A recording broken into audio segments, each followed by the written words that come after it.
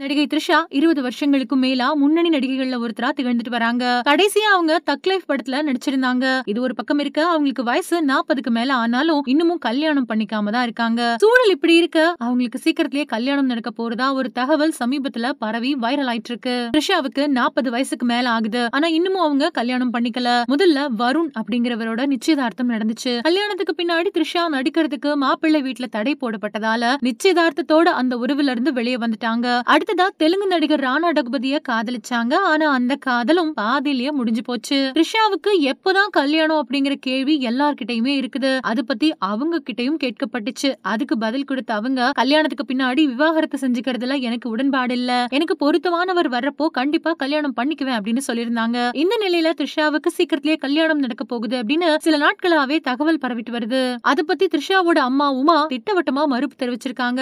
இந்த நிலையில இந்த தகவல் பத்தி த்ரிஷா தன்னோட இன்ஸ்டாகிராம் பக்கத்துல, என்னோட வாழ்க்கைய பிறர் திட்டம் போடுறது எனக்கு ரொம்பவே பிடிக்கும். என்னோட தேன் நிலவையும் நீங்களே திட்டம் போட்டு கொடுங்க அப்படின்னு சொல்லிருக்காங்க. சோ இந்த வீடியோவை பார்த்துட்டு இருக்கிற நீங்க த்ரிஷா சொல்லிருக்கக்கூடிய இந்த விஷயத்தை பத்தி என்ன நினைக்கிறீங்க அப்படிங்கறத மறக்காம கீழே இருக்கிற கமெண்ட் செக்ஷன்ல ஷேர் பண்ணுங்க. மேலும் இது போன்ற இன்ட்ரெஸ்டிங்கான தகவல்களை தெரிஞ்சுக்க நம்ம சேனலை மறக்காம சப்ஸ்கிரைப் பண்ணுங்க.